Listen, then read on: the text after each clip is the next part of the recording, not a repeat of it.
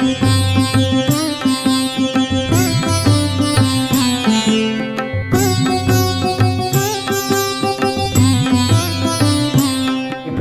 నమస్కారం, స్వాగతం. అది 1882 సంవత్సరం ఆగస్టు నెల 24వ తారీఖున జరిగిన సంఘటన. ఆ రోజు గురువారం. శ్రీరామకృష్ణుల వారు తమ గదికి ఈశాన్యంలో ఉన్నటువంటి పొడవైన వసారాలో అటు ఇటు పచారులు చేస్తున్నారు. ఈలోపు మహేంద్రనాథ్ గుప్తా వచ్చారు. వచ్చి రామకృష్ణుల వారికి నమస్కారం చేశాడు. ఆయన కుశల ప్రశ్నలు వేసిన తర్వాత మాతో ఇలా అంటున్నారు, మళ్ళీ 2-3 సార్లు విద్యాసాగర్ని కలుసుకోవాలి. ఒక చిత్రకారుడు చిత్రాన్ని చిత్రించేటప్పుడు మొట్టమొదట బాహ్య ఆకృతిని గీస్తాడు. ఆ తర్వాత లోపల ఉన్నటువంటి అవయవాలన్నీ చిత్రించి తర్వాత దానికి రంగులు వేసి చిత్రాన్ని సిద్ధం చేస్తాడు. అలాగే బొమ్మలు చేసేటటువంటి వాడు మొట్టమొదట మట్టితో బొమ్మను చేస్తాడు. దానికి పైన శుద్ధ పూస్తాడు. ఆ తర్వాత మెత్తటి కొంచె తీసుకుని రకరకాల రంగులతో దాన్ని అందంగా తీర్చిదిద్దుతాడు. అలాగే ఒకదాని వెంట ఒకటి, ఒక పని తర్వాత ఒక పని చేయాలన్నమాట. విద్యాసాగర్లో అంతరంగాన భగవంతుడు వసిస్తున్నాడు. అతని లోపల బంగారం ఉంది, కానీ దాని జాడ అతను తెలుసుకోలేకపోతున్నాడు. అది ఒక పొరతో కప్పబడి ఉంది. ఆ పొర గనక తొలగిపోతే కార్యకలాపాలన్నీ తగ్గిపోయి భగవంతుడి యందు వ్యాకులత కలిగి భగవంతుణ్ణి అంతరంగాన ప్రేమించటం జరుగుతుంది. కాసేపు ఆయన నిలబడి కాసేపు పచారులు చేస్తూ ఇలా మాట్లాడుతున్నారు. మా వింటున్నాడు. అంతరంగాన ఉన్న విషయాన్ని తెలుసుకోవాలి అంటే తీవ్రమైన సాధన అవసరం అన్నారు రామకృష్ణుల వారు. అందుకు మహాశయ జీవితం అంతా సాధన చేయాలంటారా అని అడిగాడు. అందుకు రామకృష్ణుల వారు, అక్కర్లేదు, మొట్టమొదట్లో కొంచెం శ్రమ పడవలసి ఉంటుంది, ఎక్కువగా శ్రమ పడవలసి ఉంటుంది.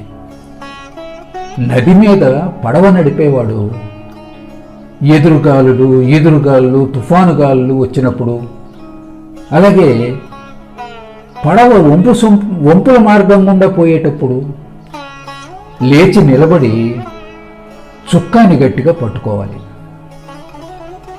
ఆ తరువాత వాతావరణం ప్రశాంతమయ్యి ఆ మలుపుదారులన్నీ దాటిన తర్వాత మెల్లగా కూర్చుని చుక్కాని మీద అలా చేయి వేసి ఉంచితే చాలు. ఇంకా కొంత ప్రశాంతమైనటువంటి ప్రవాహంలోకి వెళ్ళినప్పుడు లేచి తెరచాపనెత్తి నిశ్చింతగా కూర్చుని పొగ పీల్చుకుంటూ కూర్చుంటాడు. సంసారంలో ఈ కామినీ కాంచనాలే సుడిగాలులు, తుఫాన్లు. వీటిని జయించగలిగితే భగవంతుడి లబ్ధి కలుగుతుంది. యోగి సాధన చేసి సమాధి స్థితిని సాధిస్తాడు. కానీ సాధన జ్ఞానోపలబ్ధి అయ్యాక కూడా సాధన అవసరం. ఎందుకంటే ఈ కామినీ కాంచనాలే యోగభ్రష్టుని చేస్తాయి. ఈ కామినీ కాంచనాల ఎడల ఆసక్తి అప్పుడప్పుడు జనించినప్పుడు అతడు యోగభ్రష్టుడై మరల సంసారంలో పడతాడు. అది పూర్తిగా ఆ భోగవాసన తొలగిపోయినప్పుడు మాత్రమే యోగం సిద్ధిస్తుంది. మనస్సు స్థిరం కాకపోతే యోగం సిద్ధించదు. మనస్సు గాలికి రెపరెపలాడే దీపంలాగా ఉంటుంది. ఈ సంసారంలో ఉన్నటువంటి జంఝాటాలన్నీ కూడా ఆ మనస్సుని స్థిరంగా ఉండనివ్వు. నిశ్చలంగా ఉన్నటువంటి దీపంలో మనస్సు తయారైనప్పుడే అతడు అన్నీ సాధించగలుగుతాడు. నేను త్యాగాన్ని అలవడుకోవడానికి అప్పుడప్పుడు రజోగుణాన్ని ఆశ్రయించేవాడిని. ఒకసారి జరి అంచు పంచె కట్టుకోవాలి, ఉంగరం ధరించాలి, అలాగే పొడవైన గొట్టం ఉన్నటువంటి హుక్కా పేల్చాలి అని కోరికలు జనించాయి. మధుర్బాబు వీటన్నిటినీ సమకూర్చాడు. జరి అంచు పంచె కట్టుకుని, ఓ మనసా, ఇదే జరి అంచు పంచె అంటే అని మనస్సుకు చెప్పాను. ఇదే ఉంగరం ధరించటం అంటే, అలాగే ఇదే పొడవైన గొట్టంతో హుక్కా పేల్చటం అంటే అని చెప్పి తర్వాత ఒక్కొక్కటి తీసి అవతల పారేశాను. ఆ తర్వాత మళ్ళీ ఎప్పుడూ నాకు వాటి మీద కోరిక జనించలేదు సుమా. ఆయన మాతో ఇలా అన్నారు, యోగి కండ్లను చూసి అతడు యోగి పొంగవుడు అని చెప్పవచ్చు.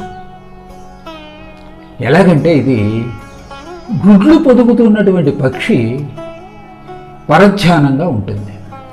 దాని దృష్టి అంతా కూడా ఆ పొదుగుతున్నటువంటి గుడ్ల మీదనే ఉంటుంది. అలాగే అంతరంగంలో నిరంతరం భగవంతుని చింతన చేస్తున్నటువంటి యోగి యొక్క కళ్ళు కూడా అలా గుడ్లు పొదుగుతున్నటువంటి పక్షి కళ్ళ వలె ఉంటాయి. అది చూసి మనం అతన్ని యోగి అని చెప్పవచ్చు. అలాంటి చిత్రాన్ని ఒకదాన్ని నాకు ఎక్కడన్నా లభిస్తే తెచ్చిపెడతావా అని అడిగారు. తప్పకుండానండి, అలాంటి చిత్రం లభిస్తుందేమో చూసి తీసుకొస్తాను అన్నాడు మా. ఈ సంధ్యా సమయం అవుతోంది. దేవాలయాల్లో అన్నిటిల్లోనూ కూడా దీపాలు వెలిగించారు.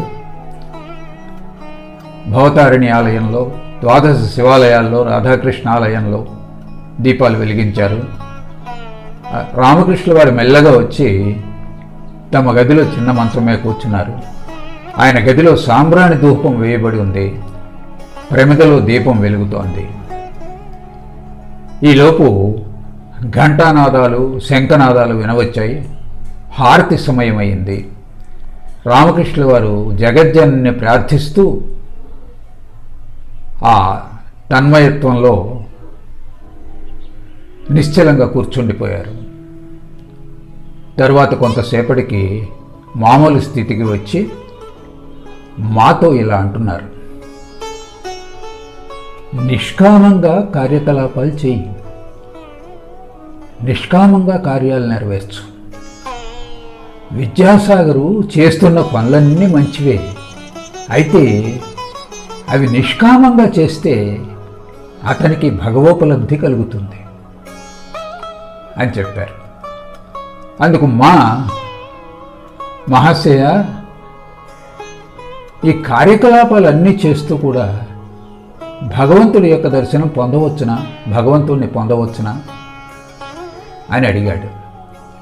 అందుకు శ్రీరామకృష్ణుల వారు ఏం చెప్తారు అన్నది మనం రాబోయేటటువంటి ఎపిసోడ్లో తెలుసుకుందాం. సెలవు.